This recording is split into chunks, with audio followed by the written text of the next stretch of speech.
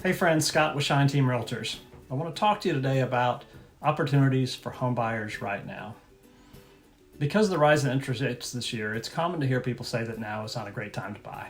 But when we look at the real world sales from 2021, when interest rates were around 3%, and compare them to 2023, there's a lot of evidence that the market is actually better for home buyers right now. Let's take a look at the sales of comparable homes in Harker Heights, in the same neighborhood, on the same street. But one of those sold in 2021 and the other sold in 2023.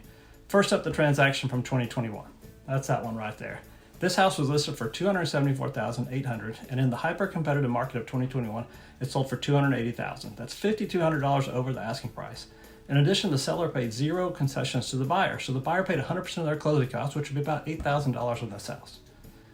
Now let's take a look at the transaction from 2023. That's that house right there. This house was listed for $285,000 and sold for $265,000. That's $20,000 below the asking price. And the seller gave the buyer a concession of $4,500 of their closing cost. Estimated closing costs on this house would be about $7,400, so the seller paid 60% of the buyer's expenses. To put this into perspective, the 2021 buyer paid essentially $13,200 more than the 2023 buyer. So even with the increased interest rate, it would be over 27 months before the increased payment would make the buyer's financial advantage disappear.